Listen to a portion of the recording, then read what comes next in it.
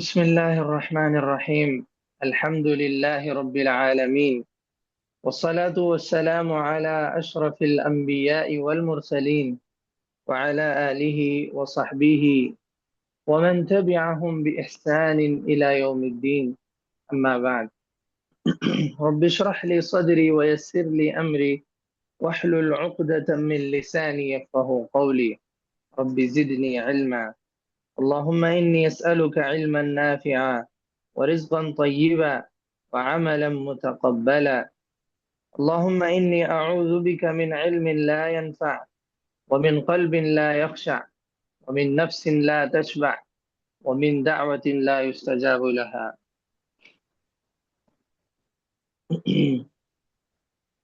جی، جیسا کہ ہم لوگ تیسرے سبق میں تھے، الدرس الثالث، تو اس میں ہم اس کی جو مثالیں دی گئی، جو الفاظ دیے گئے، وہ سب پڑھتے ہوئے ان کے الفاظ معنی لکھ رہے تھے۔ تو ہم لوگ پہنچے تھے پانچویں جملے تک، جو نیچے ترتیب وار 10 جملے دیے گئے، اس میں سے 5 جملوں کے الفاظ معنی لکھ چکے تھے ہم لوگ، اور اس کے معنی بھی سمجھ لیے تھے۔ جی، تو آپ لوگوں کے ذہن میں یہ تو رہنا چاہیے کہ یہ جو سبق ہم پڑھ رہے ہیں وہ معرفہ اور نکیرہ کا سبق ہے۔ جی، اس کا اصل عنوان، اصل موضوع کیا ہے؟ معرفہ اور نکیرہ کی بحث سمجھانا۔ جی، نکیرہ بغیر الف لام کے، معرفہ الف لام کے ساتھ۔ بغیر الف لام کے ہوگا تو لاسٹ میں تنوین آئے گی، الف لام کے ساتھ ہوگا تو لاسٹ میں تنوین نہیں آئے گی۔ اور بغیر الف لام کے ہوگا تو اس کے معنی عام ہوں گے، کوئی بھی گھر، کوئی بھی قلم، کوئی بھی دروازہ، ایسے الف لام کے ساتھ آئے گا تو اس کے معنی خاص ہوں گے، یعنی کسی خاص کے متعلق آپ بات کریں گے، خاص کتاب، خاص قلم، خاص گھر کے بارے میں، ایسے۔ جی، تو اس کے بعد نمبر 6 پر ہمارے سامنے جو جملہ ہے وہ ہے القمر جمیل۔ جی، القمر جمیل، تو القمر کیا ہے؟ معرفہ ہے، کیوں؟ الف لام ہے اس کو لگا ہوا، القمر ہے۔ جی، تو الف لام ہے، معرفہ ہے، اسی لیے لاسٹ میں را پر تنوین نہیں آئی بلکہ صرف پیش آیا القمر، بس القمرن نہیں پڑھیں گے۔ اگر کوئی ایسا پڑھے گا تو وہ ایک دم فحش غلطی ہوگی، یعنی ایسا پڑھنے والے کا مطلب یہ ہے کہ وہ عربی زبان سے بالکل ناواقف ہے۔ جی، تو القمر، تو اس کے معنی کیا ہوں گے؟ چاند، یعنی آپ اشارہ کر کر مختص یعنی مخاطب کو، یعنی اس سے بات کرتے ہوئے آپ خاص چاند کی طرف اشارہ کر کے اس بارے میں بات کر رہے ہیں۔ جی، القمر چاند، تو اس کی صفت کیا لائی گئی؟ صفت اس اعتبار سے کہ اس کے بارے میں بتایا جا رہا ہے، قمر یعنی چاند کیسا ہے، اس کی صفت کیا ہے، اس اعتبار سے میں بتا رہا ہوں معنی، صفت اس طور سے۔ ورنہ آپ وہ نحوی قاعدے سے دیکھیں گے تو وہ خبر ہے، القمر مبتدا ہے، جمیل خبر ہے، تو مبتدا خبر وہ بحث ہم نہیں پڑھ رہے ہیں یہاں پر۔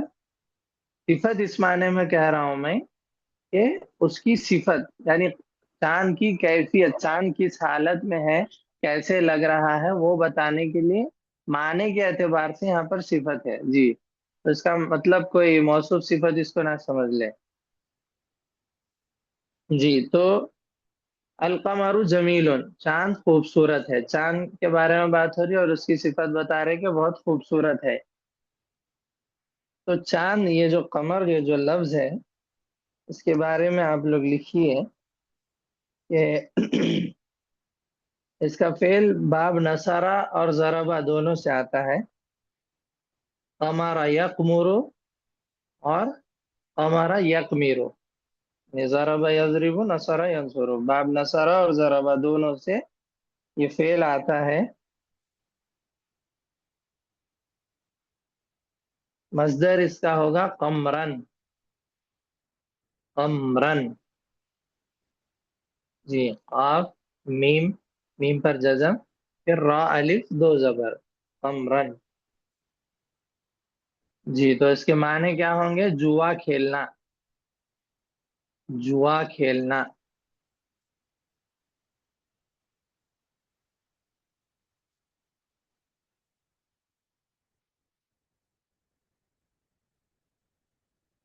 الرجل مالہ، یعنی کسی آدمی پر حملہ کر کے اس کا مال چھین لینا، اس معنی میں بھی استعمال ہوتا ہے۔ کہ آدمی پر کوئی حملہ کرے یا پھر آ، ڈاکہ ڈالنا جس کو آپ کہہ لیجیے، تو اس سے مال چھین لینے کو بھی یہ فعل استعمال ہوتا ہے۔ جی، اور یہی فعل باب سمیہ سے بھی آتا ہے۔ ابھی جو ہم پڑھے تھے وہ باب ضربہ اور نصرہ دونوں سے تھا، اس کا مصدر قمرن تھا، معنی جوا کھیلنا۔ اب یہ جو باب ہے وہ باب سمیہ سے ہے، سمیہ یسمعو تو قمیرہ یقمرو ہوگا، تو باب سمیہ سے اس کا مصدر قمرن ہوگا، قمرن۔ جی، جو پہلا مصدر پڑھے وہ میم پر جزم کے ساتھ تھا قمرن، اس پر میم کو زبر لگانا ہے، قمرن۔ تو یہ فعل کسی بھی چیز کے ساتھ آپ استعمال کریں گے تو اس کے معنی ہوں گے بہت سفید ہونا، بہت سفید ہونا۔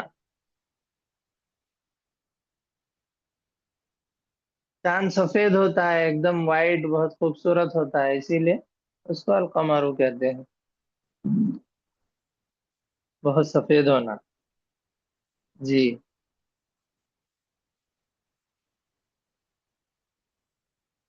تو قمرن کی جمع کیا ہے؟ اقمارن۔ قمرن جو ہمارے سامنے لفظ ہے اس کی جمع ہے اقمارن، اقمارن، چاند،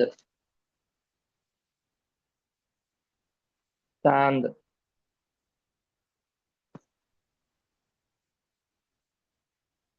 جیسے میں نے آپ لوگوں کو پہلے بھی بتایا تھا کہ عرب لوگوں کے پاس جس چیز کی اہمیت ہوتی اور کوئی بھی چیز ان کے پاس یعنی منزلت اور مرتبے والی ہوتی یا بہت زیادہ استعمال ہونے والی ہوتی ان کے پاس، تو اس کے بہت سارے الفاظ ان کے پاس ہوتے تھے۔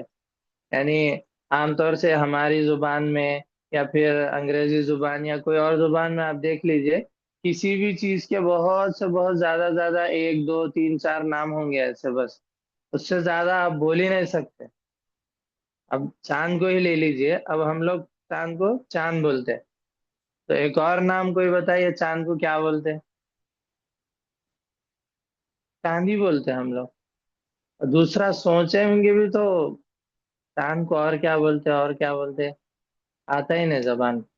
تو مطلب ہمارے پاس بہت کم الفاظ ہیں، ہماری زبانوں میں بہت کم الفاظ ہیں، لیکن عربی زبان اتنی بہترین زبان ہے کہ ایک ہی لفظ کے، ایک ہی چیز کے کئی کئی سارے ان کے پاس الفاظ ہوتے تھے۔ جی، تو ویسے ہی چاند جو ہے ان کے پاس یعنی بہت ضروری تھا، اور چاند کے ذریعے ہی مہینے، دن، تاریخ، راستے، یعنی بہت ساری چیزیں اس سے معلوم کی جاتی تھی۔ تو چاند کی بڑی اہمیت تھی، اسی لیے چاند کے بھی ان کے پاس بہت سارے معانی ہیں، اور چاند کی کیفیت کے حساب سے اس کے الفاظ بھی بدلتے تھے ان کے پاس۔ یعنی مثال کے طور پہ ہلال، ہلال بھی کہتے ہیں چاند کو، ہاں سے، دو چشمی والی ہاں، ہلال۔ جی، تو یہ ہلال کس چاند کو کہتے ہیں؟ مہینے کے شروع کے 3 دن کے لیے صرف، اسلامک مہینے جو بھی ہے، محرم، سفر، ربیع الاول، ربیع ثانی وغیرہ، تو مہینے کی جب ابتدا ہوگی تو شروع 3 دن تک آپ اس چاند کو ہلال کہہ سکتے ہیں، 3 دن تک، اس کے بعد نہیں۔ جی، تو شروع 3 دن کے لیے وہ لوگ چاند کو ہلال کہتے تھے، ہلال۔ اس کی جمع اہلتن، اہلتن ہے۔ سورہ بقرہ میں بھی ہے نا، اللہ نے کہا یسألونک عن الاہلہ قل ہی مواقیت للناس۔ نبی یہ لوگ آپ سے چاندوں کے بارے میں، چاند کے بارے میں سوال کرتے ہیں، آپ ان سے کہیے کہ وہ لوگوں کے وقت معلوم کرنے کے لیے ہے۔ تو ہلال شروع کے 3 دن کے لیے، اور پھر یعنی درمیانی مہینے میں، یعنی مہینے کے درمیانی دن، یعنی جب چاند مکمل ہو جاتا ہے، یعنی کمپلیٹ پورا ایسے گول نظر آتا، ایک مکمل تھالی کی طرح، جس کو 14ویں کا چاند بھی کہتے ہیں اردو زبان میں، 14ویں کا چاند، 14ویں رات کا چاند، یعنی 14 تاریخ کو وہ ایسے مکمل ہوتا ہے، اسی لیے 14ویں رات کا چاند کہتے ہیں اس کو۔ تو اس کے لیے عربی میں ہے البدر، بدرن، بدرن کے معنی ہے 14ویں رات کا چاند۔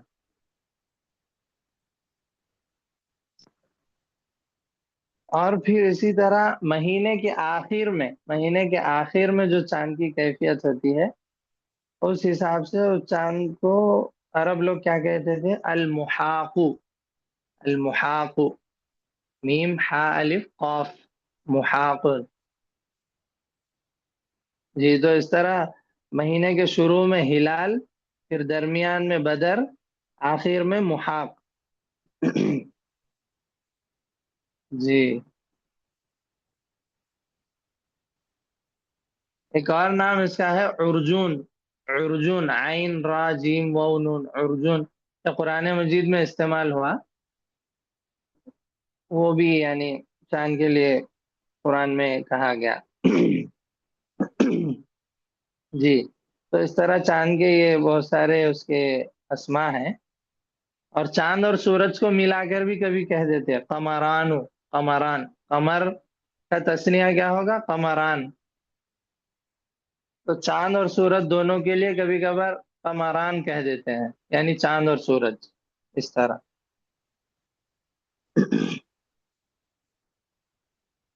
جی، تو القمر جمیل، قمر معرفہ ہے، اور جمیل اس کی صفت کے طور پہ لائی گئی کہ چاند خوبصورت ہے، اس طرح اس کا معنی ہوگا۔ جی، اس کے بعد ہے 7ویں نمبر پہ البیت قریب والمسجد بعید۔ جی، گھر نزدیک ہے اور مسجد دور ہے۔ البیت گھر، خاص گھر کے بارے میں بات کریں۔ قریب، یہ اس کی صفت لائی گئی ہے، مطلب صفت معنی کے اعتبار سے کہہ رہا ہوں، یعنی گھر کہاں ہے؟ قریب ہے۔ والمسجد، واو بیچ میں کیا ہے؟ عطف کے لیے ہے، عاطفہ، یعنی سینٹینس ایک جملہ دوسرے جملے سے ملا کر جب کہتے ہیں عربی زبان میں، تو بیچ میں واو لے کر آتے ہیں دونوں جملوں کو ملانے کے لیے۔ والمسجد بعید، اور مسجد دور ہے۔ جی، قریب،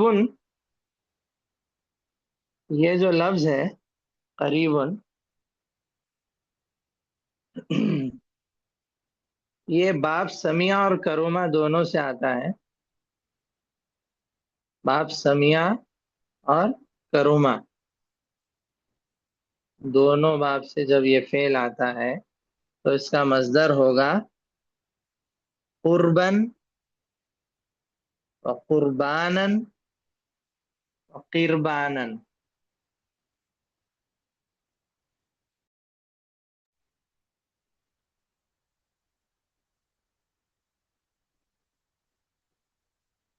جی، قریب جو ہے، تحسین نحو کی گھنٹی نہیں ہے، یہ دروس اللغہ کی گھنٹی۔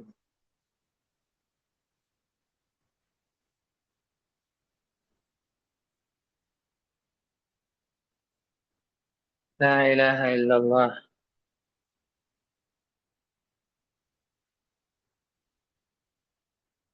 اسکرین شیئر کیجئے، اب طالبات جو پڑھ رہے ہیں ان کو پریشانی ہوگی نا۔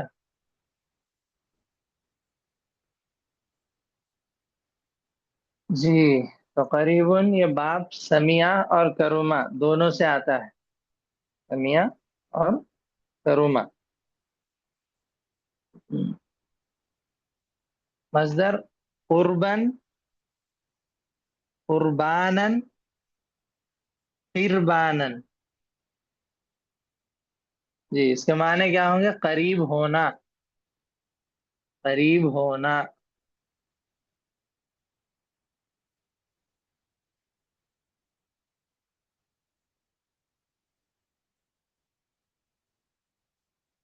اور یہی فعل باب سمیہ سے جب آتا ہے، صرف سمیہ سے، ابھی جو پڑھے تھے سمیہ اور کرومہ دونوں سے تھا، باب صرف سمیہ سے جب آئے گا تو اس کا مصدر ہوگا قربن، قربن، قربن.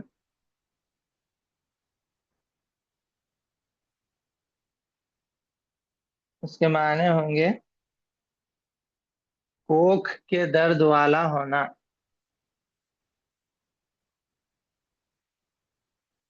کوکھ کے درد والا ہونا.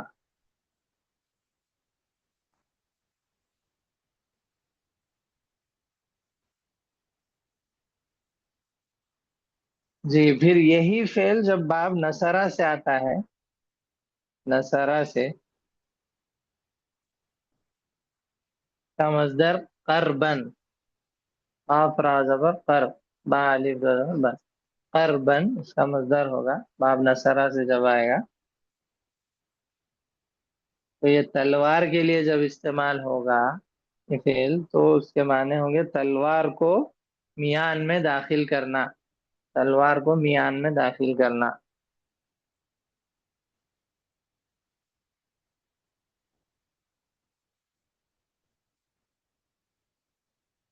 جی تو ہمارے سامنے جو ہے وہ ہے القریب، قریب، اس کی جمع ہے اقرباء، اقرباء، قریب جمع اقرباء.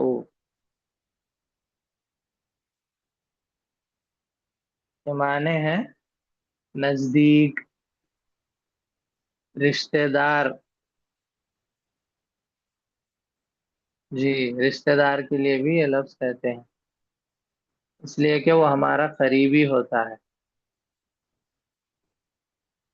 قریب جمع اقربا، رشتہ دار. جی اس کے بعد والمسجد بعید، اور مسجد دور ہے. بعید یہ اس کا فعل باب کروما سے آتا ہے.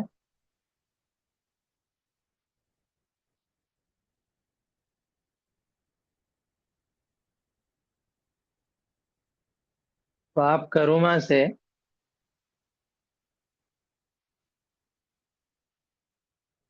اور باب سمیہ سے بھی آتا ہے، لیکن دونوں کے مصدر الگ ہوں گے.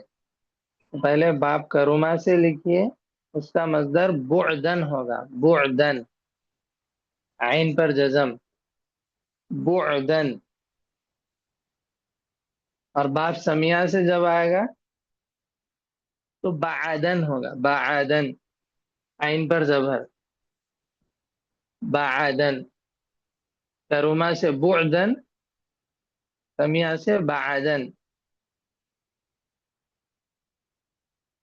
معنی ہوں گے اس کے دور ہونا، دور ہونا، یا ہلاک ہونا، یا مرنے کے معنی میں بھی آتا ہے. لیکن زیادہ تر جو استعمال ہے اس کا دور ہونے کے معنی میں ہے، دور ہونا.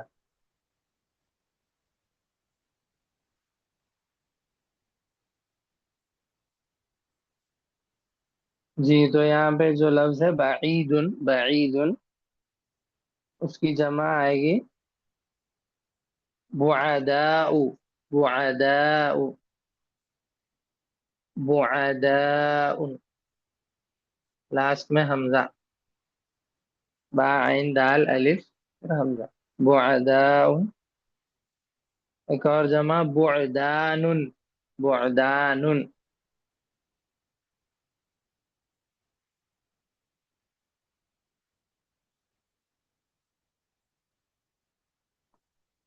جی معنی کیا ہے؟ دور، معنی ہے اس کے دور.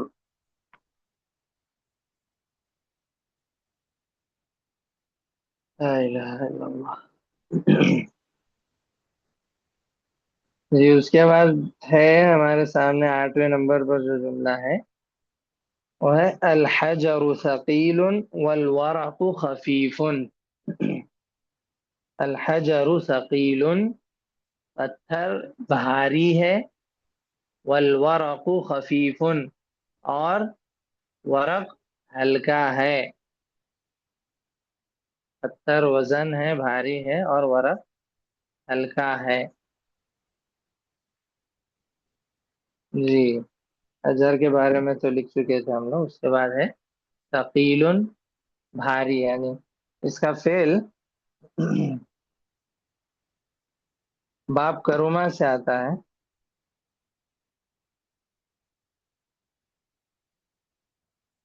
باب کروما سے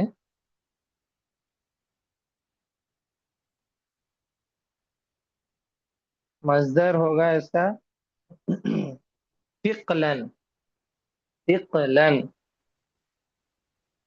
اور ایک مصدر ثقالتن. ثقلن اور ثقالتن معنی ہوں گے بھاری ہونا، بھاری ہونا، وزندار ہونا.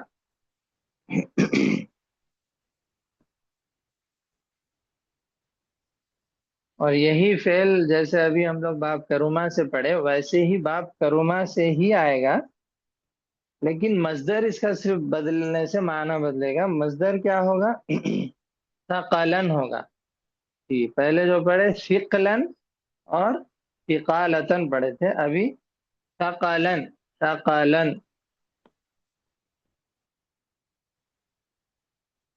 ثقلن. مریض، کسی مریض بیمار آدمی کے ساتھ یہ فعل استعمال ہوگا تو اس کے معنی سخت بیمار ہونا، سخت بیمار ہونا.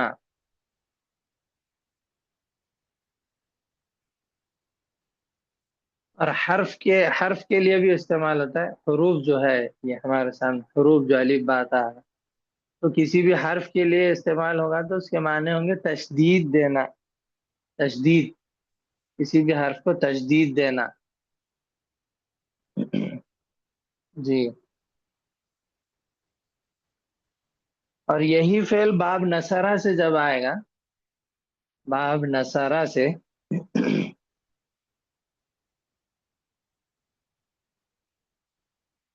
تو اس کا مصدر ہوگا ثقلن. اس سے پہلے پڑھے ثقلن، ابھی وہ قاف پہ جزم لگانا ہے. ثقلن. ثقلن. اس کے معنی ہوں گے وزن معلوم کرنے کے لیے ہاتھ میں اٹھانا. کوئی بھی چیز کا وزن معلوم کرنے کے لیے ہاتھ میں اٹھانا. باب نصرہ سے جب آئے گئے. جی تو ہمارے سامنے ہے ثقیل. ثقیل.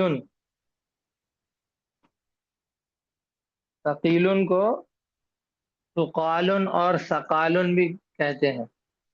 ثقیل کو ثقال یا ثقال بھی کہہ سکتے ہیں. یعنی اب الحجر ثقیل ہے تو آپ اس کو الحجر ثقال یا الحجر ثقال بھی کہہ سکتے ہیں، وہی معنی ہوں گے. ثقیل. ثقیل کو ثقال ثقال. اور اس کی جمع کیا آئے گی؟ ثقلاء. ثقلاء. ثقلاء.